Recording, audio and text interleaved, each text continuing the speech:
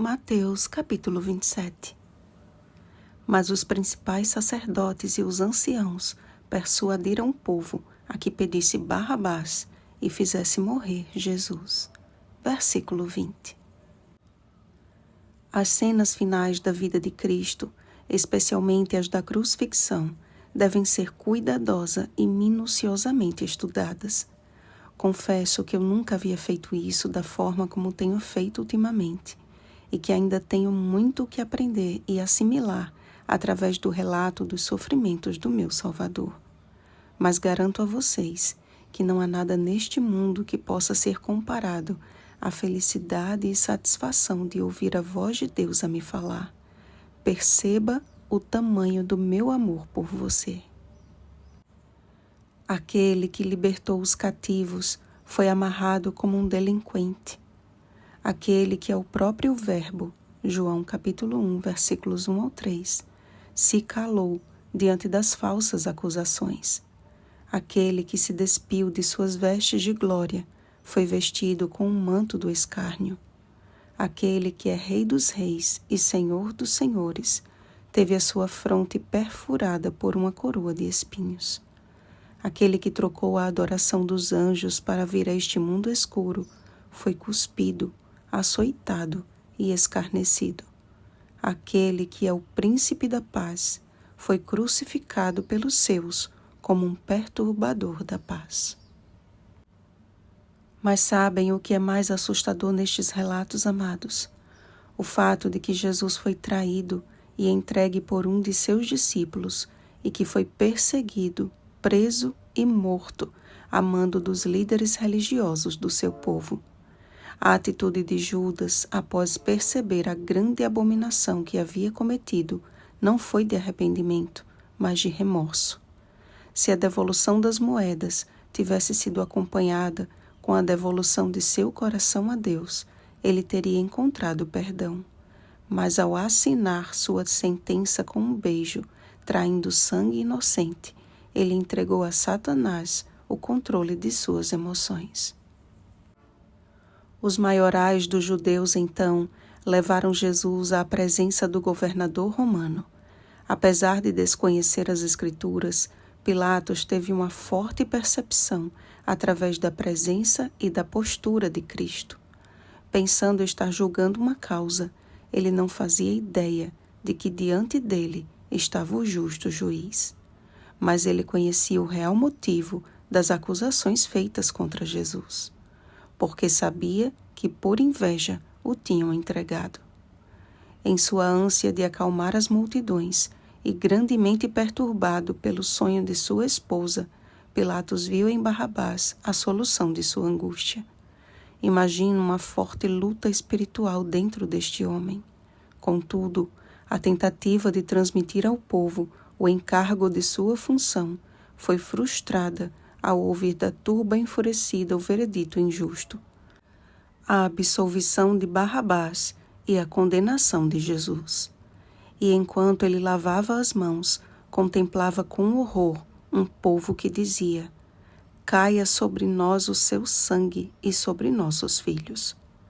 Desejo este que se cumpriu quando Jerusalém foi destruída por Roma no ano 70 depois de Cristo.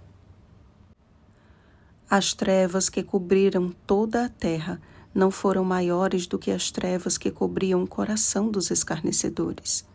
A inveja e a dureza de coração os impediu de enxergar naquela cruz o seu resgatador.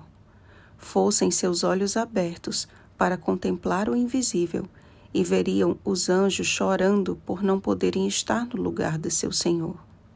E cumprindo-se o plano da redenção, ilustrado através do santuário, o Cordeiro de Deus entregou o Espírito. Não havendo mais a necessidade das leis em forma de ordenanças, Efésios capítulo 2, versículo 15, ou seja, dos rituais que envolviam o sacrifício de animais, o véu do santuário se rasgou em duas partes de alto a baixo. Não precisamos mais sacrificar um cordeirinho como símbolo da remissão dos nossos pecados, pois o verdadeiro Cordeiro de Deus que tira o pecado do mundo, João capítulo 1, versículo 29, já cumpriu o perfeito sacrifício para que todos tenhamos acesso ao Pai através dele. Amados, o fato de que Jesus foi rejeitado pelos seus e principalmente por aqueles que se orgulhavam de sua moral religiosa deve ser para nós hoje um grande alerta. Ser moralmente correto e orgulhosamente religioso só faz com que as palavras de Jesus à nossa geração façam ainda mais sentido. Pois dizes, estou rico e abastado e não preciso de coisa alguma, e nem sabes que tu és infeliz, sim, miserável, pobre, cego e nu. Apocalipse capítulo 3, versículo 17. O certificado de batismo ou as credenciais de líder religioso não equivalem a títulos de posse das moradas do Pai.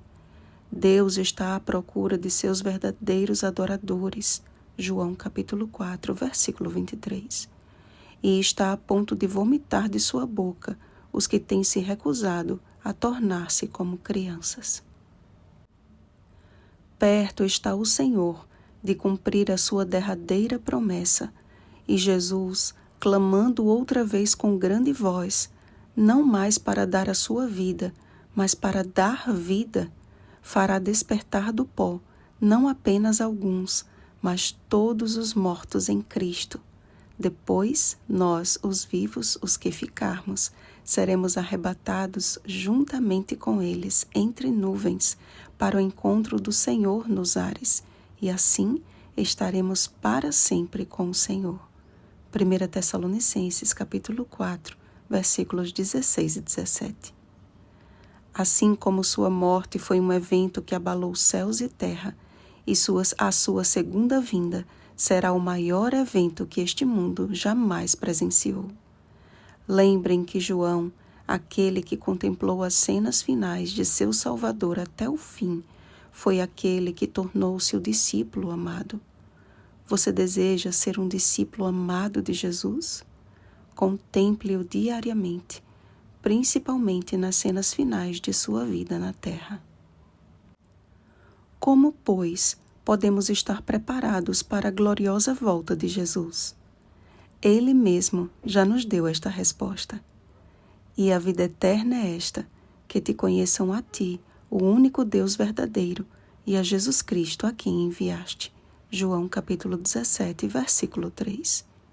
Prossigamos em conhecer o nosso Salvador. Oséias capítulo 6, versículo 3. E muito em breve o conheceremos face a face. Oremos, amados. Pai amado, há dois sentimentos antagônicos em nosso coração ao lermos o capítulo de hoje: tristeza e alegria.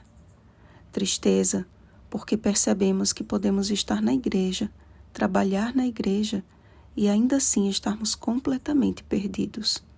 Que a dureza de coração não permite que os olhos e os ouvidos sejam abertos para te conhecer. Alegria, porque o nosso Salvador não desistiu de nós e seu amor e graça foram até o fim e ainda estão à nossa disposição. Santo Deus, não queremos ser como os principais sacerdotes e anciãos do povo. Não queremos ser como Judas. Não queremos ser como os soldados do governador, nem tampouco como Pilatos.